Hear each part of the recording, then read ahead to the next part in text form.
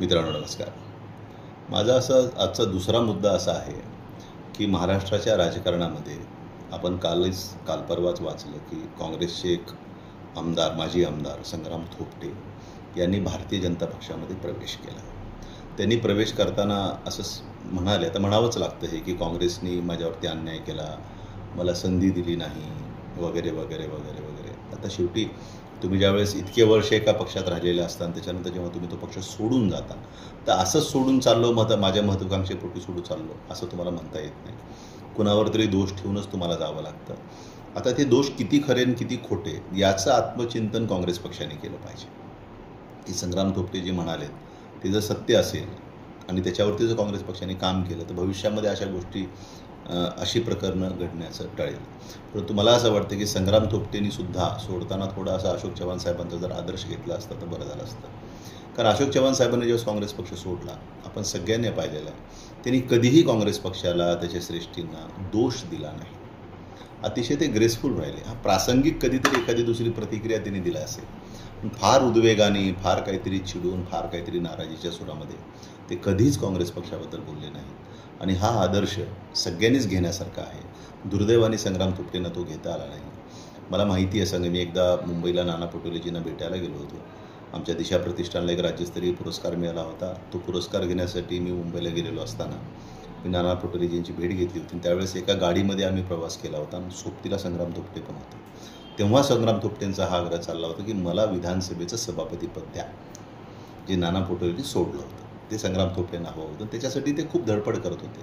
परंतु त्या सरकारमध्ये दुर्दैवाने असं काही घडलं की ते सभापतीपदाचा विषय कधी झालाच नाही आणि संग्राम थोपटे ही कधी सभापती झालेच नाही. नाना पटोले कदाचित त्यांच्या बाजूने होते की त्यांना ते दिलं गेलं पाहिजे. नंतर आपल्याला माहिती आहे की लोकसभेची निवडणूक झाली. त्या निवडणुकीमध्ये संग्राम थोपटे ठामपणे सुप्रिया सुळे यांच्या बाजूने उभे राहिले. स्वतःच्या विधानसभा मतदारसंघातनं चांगली लीड पण दिली आणि सुप्रिया सुळे चांगल्या मतांनी तिथे निवडून पण आल्या. पण तेच संग्राम थोपटे ज्यांनी स्वतःच्या विधानसभा मतदारसंघातनं सुप्रिया सुळेंना लीड दिली होती, ते स्वतःच्या विधानसभा मतदारसंघात मात्र त्या विधानसभेच्या निवडणुकीत पराभूत झाले आणि तिथंच सगळी अडचण निर्माण झाली. आता गणितच असं झालं आहे महाराष्ट्रामध्ये की जे लोक महाविकास आघाडीमध्ये आहेत, आमदार आहेत किंवा पडलेले उमेदवार आहेत, त्यांना माहिती आहे की आता 5 वर्ष काहीच खरं नाही. म्हणजे काही जरी झालं तरी इतकी संख्या कमी आहे की यात काय होऊ शकतं. त्याच्यापेक्षा जे लोक सत्तेमध्ये आहेत त्यांच्याकडे चला, त्यांच्या पक्षात प्रवेश करा आणि त्याचे लाभ हे आपल्या पदरामध्ये पाडून घ्या, अशा पद्धतीचा दृष्टिकोन पडलेल्या लोकांच्यामध्ये आपल्याला जाणवतो. म्हणून ही प्रवेश प्रक्रिया त्या ठिकाणी बऱ्याच प्रमाणामध्ये होताना आपल्याला दिसते. परंतु दुर्दैव हे आहे की ही लोक पळून जायला तयार आहेत पण थांबून लढायला तयार नाही आहेत. अशा कठीण काळामध्ये तुम्ही थांबून लढणं अपेक्षित आहे, रडणं अपेक्षित नाही आहे आणि पळून जाणं तर अजिबात अपेक्षित नाही आहे. परंतु अशी लोक ते करतात ज्यांच्या नावात संग्राम आहे, ते संग्रामच करण्याला नकार देत आहेत. अशी परिस्थिती आहे. ते त्या संग्रामाला थोपटून शांत करून गप्प बसून दुसऱ्या पक्षामध्ये प्रवेश करताना हे आपण दुर्दैवाने पाहतो आहे. आणि संग्राम थोपटे हे जेवढं मी ते एका दिवसाच्या सहवासामध्ये त्यांना अनुभवलं, प्रचंड महत्त्वाकांक्षी होते. त्यांना काही ना काहीतरी कुठून ना कुठून तरी हवं होतं आणि ते हवं असणं जेव्हा त्यांना मिळालं नाही तेव्हा मग ते एक नैराश्य जे आपल्याला येतं किंवा तो जो उद्वेग आपल्या मनामध्ये तयार होतो, त्या उद्वेगामुळे किंवा त्या नैराश्यापोटी मग नंतर माणसं अशा पद्धतीचा निर्णय घेतात जो संग्राम थोपटे यांनी घेतला. आणि काँग्रेसमध्ये अशा लोकांची संख्या भरपूर झालेली आहे की जे महत्त्वाकांक्षी आहेत पण त्यांच्या महत्त्वाकांक्षेला, त्यांच्या कार्यक्षमतेला, त्यांच्यामधल्या त्या ऊर्जेला वाट मिळत नाही आहे आणि म्हणून अशा पद्धतीच्या घटना घडतात.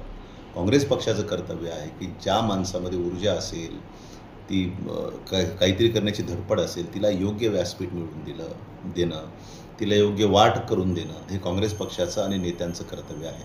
परंतु वर्षानुवर्ष एकामागून एक प्रयत्न करून सुद्धा जेव्हा याला ती योग्य वाट मिळत नाही, योग्य व्यासपीठ पक्षाने नेते उभं करून देत नाहीत, तेव्हा मात्र कार्यकर्ता असा विचार करतो की मग काय करायचं राहून, त्याच्यापेक्षा चला ठीक आहे, हा एक करून बघू आपण काय होतं ते. अशा पद्धतीचं सुद्धा मानसिकता दुर्दैवाने काँग्रेस पक्षामध्ये वाढीला लागलेली आहे.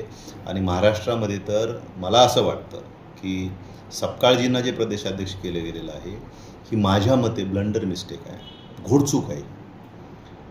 कितीही सपकाळजी बोलायला करायला चांगले असले, मुद्दे योग्य उपस्थित करत असले, मला आता माहिती आहे की काँग्रेसच्या केडरला सध्या सपकाळजींचं कार्यपद्धती आवडते आहे, त्यांचे मुद्दे उपस्थित करणं आवडतं आहे, मला मान्य आहे. पण मग हे काम प्रदेशाध्यक्ष म्हणून करण्याचं नाही आहे. प्रदेशाध्यक्ष व्हायला ह्याच्यापेक्षाही बरेच काहीतरी गुणवत्ता लागते, कार्यक्षमता लागते, एक धाक लागतो, एक उंची लागते, एक वजन लागतं व्यक्तिमत्वामध्ये. आणि दुर्दैवाने ते सपकाळजीकडे नाही आहे. सपकाळजी जे हे करतायत हे एक प्रवक्ता किंवा त्याच्यापेक्षा थोडंसं काहीतरी मोठं पद जे असतं ना त्या व्यक्तीचं हे सगळं काम आहे. प्रदेशाध्यक्षाला वेगळंच लागतं, रसायनच वेगळं असतं प्रदेशाध्यक्ष, ते जमवलं पाहिजे. जे नाना पटोलेजींनी जमवलं होतं ते जमायला पाहिजे होतं. आणि माझं वैयक्तिक मत असं आहे की जेव्हा बाळासाहेब थोरातजी पराभूत झालेले होते, त्यांच्याकडे आता दुसरं काही करण्यासारखं नव्हतं, काँग्रेस पक्षाने परत एकदा त्यांना प्रदेशाध्यक्ष करायला पाहिजे होतं आणि पक्ष कार्यामध्ये त्यांना गुंतवायला पाहिजे होतं. जी मंडळी पराभूत झालेली होती लढून या सगळ्या EVM आणि हे लाडकी बहीणच्या कुटाण्यामध्ये गेल्यामुळे, त्या सगळ्या लोकांना कुठं ना कुठं तरी पक्ष म्हणून आपण जवळ करून त्यांची पुनर्नियुक्ती किंवा पुनर्स्थापना सन्मानजनक कुठं ना कुठं पक्षाने करायला पाहिजे होती. ते करायचं सोडून एका नवख्या फारसं काही वजन नसलेल्या माणसाला प्रदेशाध्यक्ष करून ठेवलं. आणि मग कोण तुमच्यामध्ये जर काही वजन नसेल तर कोण तुमच्या शब्दाचा मान ठेवतं, कोण तुमच्या विनंतीला गृहीत धरतं? तेच नेमकं संग्राम थोपटे यांच्या बाबतीत झालेलं असावं असं मला वाटतं. जर का बाळासाहेब थोरात साहेबांना केलं गेलं असतं तर ज्येष्ठ आहेत, आपल्याला म्हणतायत, आपण ऐकलं पाहिजे, अशी मानसिकता कदाचित संग्राम थोपटेजी यांची झाली असती आणि बाळासाहेब थोरातजींनी त्याला व्यवस्थित हाताळलं असतं. परंतु मला असं प्रामाणिकपणे वाटतं की सपकाळजी यांचा जो हा कार्यकाळ आहे हा काँग्रेससाठी डिझास्टर ठरण्याची शक्यता आहे. पक्ष संघटनामध्ये अनेक जण अनेक गोष्टी करतील, हाराकिरी माजण्याची सुद्धा शक्यता महाराष्ट्रामध्ये मी काँग्रेस पक्षामध्ये अंतर्गत नाकारू शकत नाही. आणि येत्या भविष्यकाळामध्ये अशा बऱ्याच गोष्टी होतील आणि एक एक हिरे ज्यांचं स्वतःच्या कार्यक्षेत्रामध्ये किंवा भागामध्ये प्रभुत्व होतं असे लोक काँग्रेसला गमावणं या परिस्थितीमध्ये अजिबातच परवडणारं नाही. न जाणो पुढं अजून काय काय होईल, पण काँग्रेसमध्ये एक प्रकारची अस्वस्थता विधानसभा निवडणुकीच्या निकालानंतर आहे असं जाणवतं, स्पष्टपणाने जाणवतं. प्रत्येक जण अस्वस्थ आहे की काय करायचं, काय आपलं भविष्य, काय खरं आहे. ठीक आहे, कुणी पाऊल उचलेल किंवा कुणी उचलणार नाही, परंतु मानसिकता आणि भावना काँग्रेस पक्षाच्या चांगल्या चांगल्या नेत्यांच्या मनामध्ये हीच आहे असं जाणवतं. हे कुणापासूनही लपून राहत नाही आहे किंवा हे कुणालाही चुकत नाही आहे, स्पष्टपणाने जाणवते की प्रचंड मोठी अस्वस्थता काँग्रेस पक्षाच्या लोकांमध्ये आहे. म्हणून सपकाळजी यांच्याऐवजी जर बाळासाहेब थोरात साहेबांना प्रदेशाध्यक्ष परत एकदा केलं गेलं असतं तर चित्र अजून वेगळं, आश्वासक आणि चांगलं राहिलं असतं असं मला वाटतं. त्यात मी काल सत्यजित तांबे यांचे एक छोटासा इंटरव्ह्यू पाहिला. खरंच सांगतो, इंटरव्ह्यू पाहून एवढं वाईट वाटलं आणि सत्यजित तांबेंच्याबद्दल जे एक मनामध्ये ममत्व भाव होता 100% गेला, थोडासुद्धा शिल्लक राहिला नाही. काल परवा मी संगमनेरला होतो एका विवाह समारोहाच्या निमित्ताने. मनात इच्छा झाली होती की सत्यजित तांबेंना फोन करावा आणि भेटावं, पण भेटलं नाही. आणि ही कालची त्यांची मुलाखत बघितल्यानंतर वाटलं की बरं झालं भेटलो नाही. ते जे काय बोलले ना ते शोभत नाही. त्यांची वाक्यरचना अशी होती की देवेंद्र फडणवीस जे माझे नेते आहेत आणि त्यांच्यासोबत काम करताना खूप मजा येते, खूप छान वाटतं आणि इथून पुढचा माझा राजकीय प्रवास हा देवेंद्र फडणवीसजी जसा आदेश देतील त्याप्रमाणे मी करणार आहे. खरोखर सत्यजित तांबे यांना हे बोलणं शोभत नाही. मला माहिती आहे की योग काँग्रेस असेल, काँग्रेस पक्ष असेल, त्या माध्यमातून त्यांचे अनेक समर्थक महाराष्ट्रभर काँग्रेस पक्षामध्ये आहेत. त्या सगळ्यांनासुद्धा तेवढीच वेदना झाली असेल हे सगळं ऐकून की जेवढी मला काल जाणवली. एका उमद्या नेतृत्वाने पुढं होऊन अशा संकट काळामध्ये जबाबदारी स्वीकारायचं सोडून देवेंद्र फडणवीस यांच्याकडं शरणागती पत्करणं हे खरंच मनाला क्लेश देणार आहे. माझं सत्यजित तांबेंबद्दल खूप चांगलं मत आहे. त्यांची ती कार्यक्षमता मला आवडते, त्यांचं बोलणं आवडतं, त्यांचे विचार मला आवडतात, धडपड आवडते. आणि विशेष म्हणजे की आदरणीय विलासराव देशमुख साहेबांचे किस्से ते अनेक भाषणांमध्ये आपल्या सांगतात आणि ते खूप व्हायरल पण होतात. तर सत्यजित तांबे यांचा विलासराव देशमुख साहेबांच्यापासून देवेंद्र फडणवीस यांच्यापर्यंतचा हा प्रवास बघून खूप वाईट वाटतं. म्हणजे ही प्रचंड मोठी जी अधोगती त्यांची वैचारिक आणि भावनिक झालेली आहे. कुठे विलासराव देशमुख साहेबांची उदाहरणं देणारे तुम्ही आणि कुठं आता देवेंद्र फडणवीस यांच्याबद्दल ह्या भावना व्यक्त करणारे तुम्ही. किती प्रचंड ही वैचारिक आणि भावनिक घसरण आहे, किती प्रचंड अशी ही तुमची वैचारिक आणि भावनिक दिवाळखोरी आहे, अधोगती आहे.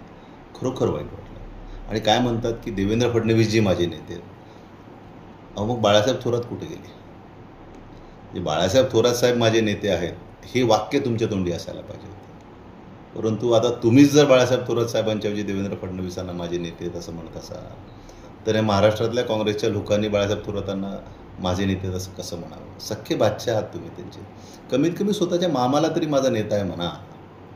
पक्ष सोडून द्या, बाकी सगळं सोडून द्या, पण नातं तर आहे ना तुमचं. मी मागे एक व्हिडिओ केला होता की पुतण्यांपेक्षा भाची बरे असतात. तो आता दुर्दैवाने मला ते वाक्य तुमच्या ह्या सगळ्या वक्तव्याच्या नंतर मागं घ्यावं लागेल असं मला वाटतं. खूपच क्लेशदायक आहे सगळं सत्यजित तांबेंचं हे जे बोलणं आहे, वाक्य आहे, आणि खूप आश्चर्यकारक आहे. तुम्ही पक्षावरती नाराज असू शकता, रागात असू शकता, तुम्ही पक्षांच्या नेत्यावरती नाराज असू शकता, रागात असू शकता, परंतु असं बोलणं आणि या टोकाची शरणागती तुम्ही पत्करणं हे खरोखर शोभणारं नाही. काळ असतो, कधी कसा असतो, कधी कसा असतो, नाही काय, पण काळ कसा जरी असला तर आपण स्थिर राहणं हे आपलं कर्तृत्व आणि कर्तव्य असतं. आणि नेमकं इथंच ते कर्तृत्व आणि कर्तव्य दाखवायला तुम्ही कमी पडला. ज्या विलासराव देशमुख साहेबांचं नाव तुम्ही घेता, सतत भाषणात त्यांच्याबद्दल बोलता, त्यांचे विचार ज्या पक्षामध्ये नाही आहेत, ज्या पक्षाच्या विचाराशी त्यांचं कधी जमलंच नाही, त्या पक्षाच्या नेत्याच्याबद्दल तुम्ही एवढी अजिजी बाळगणं किंवा अजिजी ठेवणं हे खरोखर खूप आश्चर्यकारक आहे. जिथं विलासराव देशमुख साहेबांचे विचारच नाहीत तिथं आज तुम्ही जाऊन उभे आहात आणि बोलताना मात्र तुम्ही विलासराव देशमुख साहेबांचे उदाहरणं देता. अहो, विलासराव देशमुख साहेबांचं नाव घेता तर तेवढी जिगर पण दाखवा, तेवढी चिकाटी पण दाखवा. माझ्या रक्तातली काँग्रेस कोण काढेल असं म्हणणारे विलासराव देशमुख साहेब कुठं आणि तुम्ही कुठं? म्हणजे तुमच्या रक्तात काँग्रेस नाही तर पाणी आहे, हे कालच्या तुमच्या ह्या वक्तव्यानंतर सिद्ध झालं. मला खूपच क्लेश झाला आहे बरं का, म्हणजे मी प्रामाणिकपणे सांगतो. कारण वैयक्तिक एक आपुलकी, एक जिव्हाळा सत्यजित तांबेंबद्दल होता. त्यांच्या त्या नेतृत्वाबद्दल माझ्यापेक्षा वयाने लहान जरी असले तर एक अभिमान होता की एक धडपड करणारा तरुण नेता महाराष्ट्रामध्ये उदयास येतो आहे. काँग्रेस पक्षात राहून नेता व्हायचं सोडून भारतीय जनता पक्षात जाऊन कार्यकर्ता होण्याची त्यांची ही जी मानसिक तयारी आहे ह्याचं खरोखर आश्चर्य आहे. आता काय आहे, आपण ज्याचा त्याचा हा वैयक्तिक विषय आहे, परंतु हे सगळं जे काही महाराष्ट्रात काँग्रेस पक्षाच्या बाबतीत घडत आहे हे खूप चिंताजनक आणि चिंतन करण्यासारखं आहे. मला नाही वाटत की सबकाळांना फार काळ महाराष्ट्रामध्ये प्रदेशाध्यक्ष काँग्रेस पक्षाने ठेवावं. त्यांच्या जागी एक सक्षम नेता, ज्याचं वजन असेल, ज्याचा धाक असेल, ज्याच्या शब्दाला मान्यता असेल, अशा पद्धतीच्या नेत्याला काँग्रेस पक्षाने लवकरात लवकर सबकाळ यांच्या जागी प्रदेशाध्यक्ष करावं, तरच ही गळती थांबेल. नाही तर येत्या काही काळामध्ये काँग्रेस पक्षाचं प्रचंड मोठं विदारक चित्र हे जगाच्या समोर येण्याची महाराष्ट्रापुरती शक्यता आहे. आणि हे असले प्रयोग करणं काँग्रेसने थांबवलं पाहिजे. सोशल वगैरे नसतं. When you are political, be political, don't be social. And we are social, be social, it's okay. पण तू राजकारण करताना राजकारणच केलं पाहिजे. तेवढं त्याच्यामध्ये उत्कृष्ट नीती पाहिजे. त्याच्यामध्ये रामनीती राखून नाही चालत. हे कलियुग आहे. याच्यामध्ये कृष्णनीतीने काम करावं लागतं. सत्य तर कृष्णाचंही होतं. कृष्ण जोपर्यंत युद्धाला उतरले नव्हते तोपर्यंत ते न्यूट्रलच होते, परंतु जेव्हा युद्धाला उतरले तेव्हा ते पांडवाच्या बाजूने झाले. आपण लक्षात घेतलं पाहिजे. मग कृष्णनीती पाहिजे. कृष्णाच्या बाबतीत असं म्हटलं जातं की कृष्णांनी आपल्या सोयीने बोलले, पण कृष्ण कधी खोटं नाही बोलले. आपण हे लक्षात घेतलं पाहिजे. कृष्णाने हुशारी केली, कृष्णाने लबाडी नाही केली. नेमकी हीच कृष्णाची हुशारी आज काँग्रेस पक्षाला हवी आहे. आणि त्या दृष्टीने जोपर्यंत काँग्रेस पक्ष लवकरात लवकर पाऊल उचलत नाही, महाराष्ट्रामध्ये काँग्रेसची परिस्थिती सुधारणार नाही आणि वरचेवर ही ढासळतच राहण्याची भीती आणि शक्यता माझ्यासारख्या काँग्रेसच्या कार्यकर्त्यांना